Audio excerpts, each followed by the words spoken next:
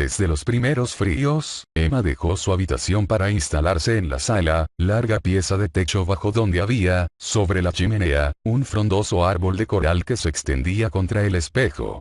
Sentada en su sillón, cerca de la ventana, veía a la gente del pueblo pasar por la acera. 2 veces al día, León iba de su despacho al Lion d'Or. Emma, de lejos, le oía venir. Se asomaba a escuchar. Y el joven se deslizaba detrás de la cortina, vestido siempre de la misma manera, y sin volver la cabeza.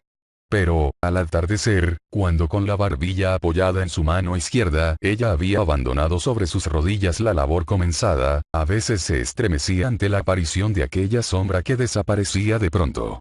Se levantaba y mandaba poner la mesa. Durante la cena llegaba el señor O'Mais. Con el gorro griego en la mano, entraba sin hacer ruido para no molestar a nadie y siempre repitiendo la misma frase. Buenas noches a todos. Después, instalado en su sitio, al lado de la mesa, entre los 2 esposos, preguntaba al médico por sus enfermos, y éste le consultaba sobre la probabilidad de cobrar los honorarios. Luego se comentaban las noticias del periódico. O'Mais, aquella hora, se lo sabía casi de memoria. Y lo contaba íntegro, con las reflexiones del periodista y todas las historias de las catástrofes individuales ocurridas en Francia y en el extranjero. Pero, cuando se agotaba el tema, no tardaba en hacer algunas observaciones sobre los platos que veía. A veces, incluso, levantándose un poco, indicaba delicadamente a la señora el trozo más tierno, o, dirigiéndose a la muchacha, le daba consejos para la preparación de los guisados y la higiene de los condimentos. Hablaba de aroma, osmasomo, jugos y gelatina de una forma deslumbrante. Con la cabeza, por otra parte, más llena de recetas que su farmacia lo estaba de tarros, O'Mais destacaba en la elaboración de gran número de confituras, vinagres y licores dulces, y conocía también todas las invenciones nuevas de calentadores económicos, además del arte de conservar los quesos y de cuidar los vinos enfermos. A las 8, Justino venía a buscarle para cerrar la farmacia. Entonces el señor O'Mais lo miraba con aire socarrón, sobre todo si estaba allí Felicidad, pues se había dado cuenta de que su pupilo le cobraba afición a la casa del médico. Mi mancebo, decía O'Mais, empieza a tener ideas, y creo, que me lleve el diablo si me equivoco, que está enamorado de la criada de la casa. Pero un defecto más grave, y que le reprochaba, era el de escuchar continuamente las conversaciones. Los domingos, por ejemplo, no había manera de hacerle salir del salón, a donde la señora O'Mais le había llamado para que se encargara de los niños, que se dormían en los sillones, estirando con la espalda las fundas de calicó demasiado holgadas. No venía mucha gente a estas veladas del farmacéutico, pues su maledicencia y sus opiniones políticas habían ido apartando de él a diferentes personas respetables. El pasante no faltaba nunca a la reunión. Tan pronto oía la campanilla, corría al encuentro de Madame Bovary, le tomaba el chal, y ponía aparte, debajo del mostrador de la farmacia, las gruesas zapatillas de orillo que llevaba sobre su calzado cuando había nieve. Primero jugaban unas partidas de 31. Después el señor O'Mais jugaba al écarté con Emma. León, detrás de ella, daba consejos. De pie y con las manos en el respaldo de la silla, miraba los dientes de su peineta clavada en el moño. A cada movimiento que ella hacía para echar las cartas, su vestido se le subía por el lado derecho. De sus cabellos recogidos bajaba por su espalda un color moreno que, palideciendo gradualmente, se perdía poco a poco en la sombra. Luego, el vestido caía a los 2 lados del asiento ahuecándose, lleno de pliegues, y llegaba hasta el suelo. Cuando León a veces sentía posarse encima la suela de su bota, se apartaba, como si hubiera pisado a alguien. Una vez terminada la partida de cartas, el boticario y el médico jugaban al dominó, y Emma, cambiando de sitio, se ponía de codos en la mesa, a hojear la ilustración. Había llevado su revista de modas. León se ponía al lado de ella. Miraban juntos los grabados sin volver la hoja hasta que los dos terminaban. Frecuentemente ella le rogaba que le leyese versos. León los declamaba con una voz cansina, que se iba alternando cuidadosamente en los pasajes de amor. Pero el ruido del dominó le contrariaba. El señor O'Mais estaba fuerte en este juego y le ganaba a Carlos ahorcándole el 6 doble. Después, habiendo llegado ya a los 300, los dos se sentaban junto al fuego y no tardaban en quedarse dormidos. El fuego se iba convirtiendo en cenizas. La tetera estaba vacía. León seguía leyendo. Emma le escuchaba haciendo girar maquinalmente la pantalla de la lámpara, cuya gasa tenía pintados unos pierrots en coche y unas funambulistas con sus balancines. León se paraba, señalando con un gesto a su auditorio dormido. Entonces se hablaban en voz baja, y la conversación que tenían les parecía más dulce, porque nadie los oía. Así se estableció entre ellos una especie de asociación, un comercio continuo de libros y de romanzas. El señor Bovary, poco celoso, no extrañaba nada de aquello. Carlos recibió por su fiesta una hermosa cabeza frenológica, totalmente salpicada de cifras hasta el tórax y pintada de azul. Era una atención del pasante. Tenía muchas otras, hasta hacerle sus recados en Rouen. Y como por entonces una novela había puesto de moda la manía de las plantas carnosas, León las compraba para la señora y las llevaba sobre sus rodillas, en la golondrina, pinchándose los dedos con sus duras púas. Ella mandó disponer en su ventana una tablilla con barandilla para colocar tiestos. El pasante tuvo también su jardín colgante. Se veían cuidando cada uno sus flores en sus respectivas ventanas. Entre las ventanas del pueblo había una todavía más frecuentemente ocupada, pues los domingos, desde la mañana a la noche, y todas las tardes, si el tiempo estaba claro, se veía en la claraboya de un desván el flaco perfil del señor Binet inclinado sobre su torno, cuyo zumbido monótono llegaba hasta el Lion d'Or. Una noche al volver a casa, León encontró en su habitación un tapete de terciopelo y lana con hojas sobre fondo pálido, llamó a la señora Omais, al señor Omais, a Justino, a los niños, a la cocinera, se lo contó a su patrón. Todo el mundo quiso conocer aquel tapete. ¿Por qué la mujer del médico se mostraba tan generosa con el pasante? Aquello pareció raro, y se pensó definitivamente que ella debía ser su amiga. Él daba motivos para creerlo, pues hablaba continuamente de sus encantos y de su talento, hasta el punto de que Binet le contestó una vez muy brutalmente. ¿A mí qué me importa, si no soy de su círculo de amistades? Él se atormentaba para descubrir cómo declarársele, y siempre vacilando entre el temor de desagradarle y la vergüenza de ser tan pusilánime, lloraba de desánimo y de deseos. Después tomaba decisiones enérgicas. Escribía cartas que luego rompía. Se señalaba fechas que iba retrasando. A menudo se ponía en camino, con el propósito de atreverse a todo. Pero esta resolución le abandonaba inmediatamente en presencia de Emma. Y cuando Carlos, apareciendo de improviso, le invitaba a subir a su carricoche para que le acompañase a visitar a algún enfermo en los alrededores, aceptaba enseguida, se despedía de la señora y se iba. ¿No era su marido algo de ella? Emma por su parte nunca se preguntó si lo amaba. El amor, creía ella, debía llegar de pronto, con grandes destellos y fulguraciones, huracán de los cielos que cae sobre la vida, la trastorna, arranca las voluntades como si fueran hojas y arrastra hacia el abismo el corazón entero. No sabía que, en la terraza de las casas, la lluvia hace lagos cuando los canales están obstruidos y hubiese seguido tranquila de no haber descubierto de repente una grieta en la pared. Capítulo 5. Fue un domingo de febrero, una tarde de nieve. Habían salido todos, el matrimonio Bovary, Omais y el señor León, a ver a una media legua de Yonville, en el valle, una hilatura de lino que estaban montando. El boticario había llevado consigo a Napoleón y a Thalía, para obligarles a hacer ejercicio, y Justino los acompañaba, llevando los paraguas al hombro. Nada, sin embargo, menos curioso que aquella curiosidad. Un gran espacio de terreno vacío, donde se encontraban revueltas, entre montones de arena y de guijarros, algunas ruedas de engranaje ya oxidadas, rodeaba un largo edificio cuadrangular con muchas ventanitas. No estaba terminado de construir y se veía el cielo a través de las vigas de la techumbre. Atado a la vigueta del hastial un ramo de paja con algunas espigas hacía restallar al viento sus cintas tricolores. Omais hablaba.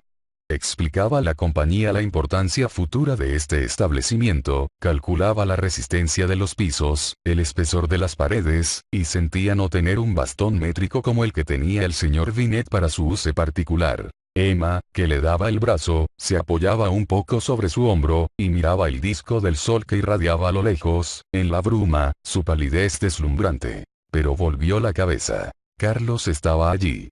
Llevaba la gorra hundida hasta las cejas, y sus gruesos labios temblequeaban, lo cual añadía a su cara algo de estúpido. Su espalda tranquila resultaba irritante a la vista, y Emma veía aparecer sobre la levita toda la simpleza del personaje. Mientras que ella lo contemplaba, gozando así en su irritación de una especie de voluptuosidad depravada, León se adelantó un paso. El frío que le palidecía parecía depositar sobre su cara una languidez más suave. El cuello de la camisa, un poco flojo, dejaba ver la piel. Un pedazo de oreja asomaba entre un mechón de cabellos y sus grandes ojos azules, levantados hacia las nubes, le parecieron a Emma más límpidos y más bellos que esos lagos de las montañas en los que se refleja el cielo. «Desgraciado», exclamó de pronto el boticario. Y corrió detrás de su hijo, que acababa de precipitarse en un montón de cal para pintar de blanco sus zapatos. A los reproches con que le abrumaba, Napoleón comenzó a dar gritos, mientras que Justino le limpiaba los zapatos con un puñado de paja. Pero hizo falta una navaja. Carlos le ofreció la suya. «Ah», se dijo ella, «lleva una navaja en su bolsillo como un campesino». Caía la escarcha, y se volvieron hacia Yonville. Aquella noche Madame Bovary no fue a casa de sus vecinos, y, cuando se marchó Carlos y ella se sintió sola, surgió de nuevo el paralelo entre la nitidez de una sensación casi inmediata y esa prolongación de perspectiva que el recuerdo da a los objetos. Mirando desde la cama el fuego claro que ardía, seguía viendo como allá lejos, a León de pie, doblando con una mano su junquillo y llevando de la otra a Thalía, que chupaba tranquilamente un trozo de hielo. Lo encontraba encantador. No podía dejar de pensar en él. Recordó actitudes suyas en otros días, frases que le había dicho, el tono de su voz, toda su persona. Y se repetía, adelantando sus labios como para besar. Sí, encantador. Encantador. ¿No estará enamorado?, se preguntó. ¿De quién? Pues de mí. Aparecieron a la vez todas las pruebas, su corazón le dio un vuelco. La llama de la chimenea hacía temblar en el techo una claridad alegre. Ella se volvió de espalda estirando los brazos. Entonces comenzó la eterna lamentación. Oh, si el cielo lo hubiese querido. ¿Por qué no puede ser? ¿Quién lo impedía, pues? Cuando Carlos volvió a casa a medianoche, Emma fingió despertarse, y, como él hizo ruido al desnudarse, ella se quejó de jaqueca. Después preguntó con indiferencia cómo había transcurrido la velada. El señor León, dijo él, se marchó temprano. Ella no pudo evitar una sonrisa y se durmió con el alma llena de un encanto nuevo. Al día siguiente, al caer la tarde, recibió la visita de un tal Leureux, que tenía una tienda de novedades. Era un hombre hábil este tendero. Gascón de nacimiento, pero normando de adopción, unía su facundía meridional a la cautela de las gentes de Caux. Su cara gorda, blanda y sin barba, parecía teñida por un cocimiento de regaliz claro, y su pelo blanco avivaba aún más el brillo rudo de sus ojillos negros. No se sabía lo que había sido antes. Buhonero, decían unos, banquero en Routot, afirmaban otros. Lo cierto es que hacía, mentalmente, unos cálculos complicados, que asustaban al propio Binet. Amable hasta la obsequiosidad, permanecía siempre con la espalda inclinada, en la actitud de alguien que saluda o que invita. Después de haber dejado en la puerta su sombrero adornado con un crespón, puso sobre la mesa una caja verde, y empezó a quejarse a la señora, con mucha cortesía, de no haber merecido hasta entonces su confianza. Una pobre tienda como la suya no estaba hecha para atraer a una elegante. Subrayó la palabra. Ella no tenía, sin embargo, más que pedir, y él se encargaría de proporcionarle lo que quisiera, tanto en mercería como en ropa blanca, sombrerería o novedades, pues iba a la ciudad 4 veces al mes, regularmente. Estaba en relación con las casas más fuertes. Podían dar referencias de él en los Trois Freres, en la Barbedor o en el Grand Sauvage. Todos estos señores le conocían como a sus propios bolsillos. Hoy venía a enseñar a la señora, de paso, varios artículos de que disponía gracias a una ocasión excepcional, y sacó de la caja media docena de cuellos bordados. Madame Bovary los examinó.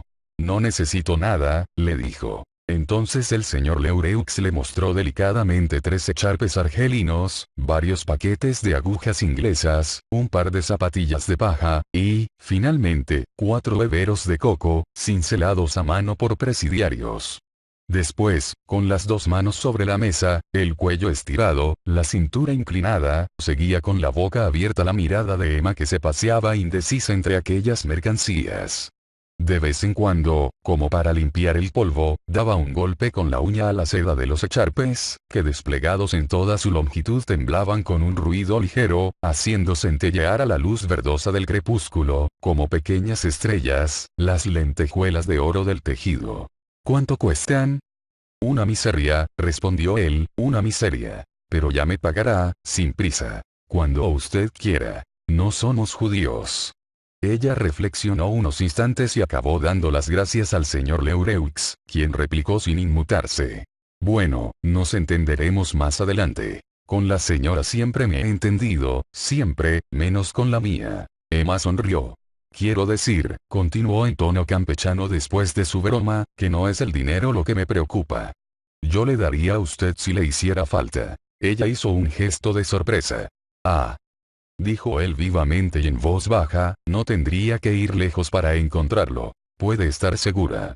Y comenzó a pedirle noticias del tío Tellier, el dueño del café francés, a quien por aquel entonces cuidaba el señor Bovary.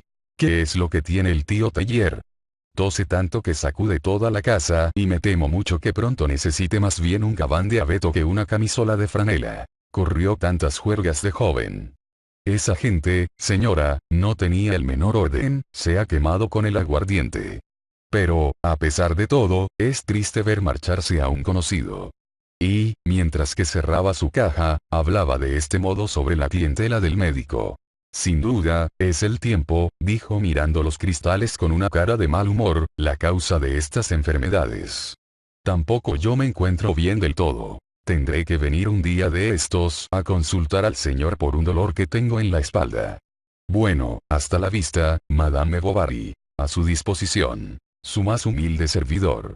Y volvió a cerrar la puerta despacio. Emma mandó que le sirvieran la cena en su habitación, junto al fuego, en una bandeja. Comió despacio. Todo le pareció bueno. Qué prudente he sido. Se decía pensando en los echarpes.